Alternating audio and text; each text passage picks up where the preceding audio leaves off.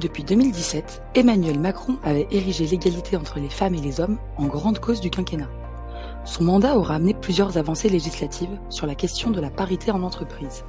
Nous pouvons citer notamment: la première avancée est arrivée avec la loi Avenir professionnel de 2018. Il s'agit de l'index Pénicaud ou l'index de l'égalité femmes-hommes. Cet index permet notamment à l'État de sanctionner les entreprises au bout de 3 ans si aucune mesure n'est prise pour améliorer la parité. La loi Pacte du 22 mai 2019 aura amené plusieurs autres avancées.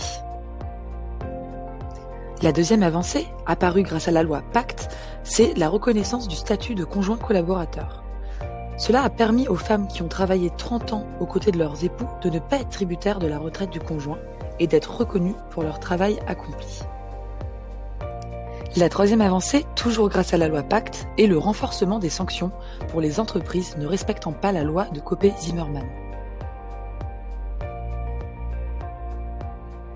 Aussi, grâce à la loi Pacte, à partir du 1er juillet 2021, la mesure de congé paternité sera poussée à 1 mois. Enfin, nous pouvons parler de la loi Rixain.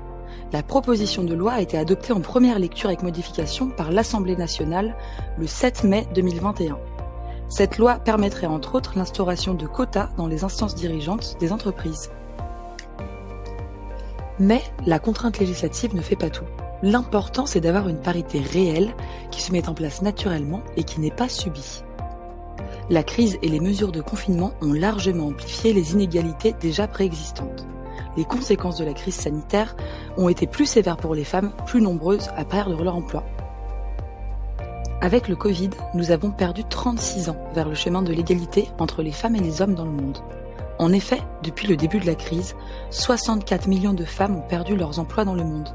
Et pour cause, les femmes sont en première ligne et ce sont elles qui pâtissent le plus du télétravail, en devant jongler entre enfants, visioconférences et tâches ménagères. Alors, prêt à commencer le chemin vers la parité ?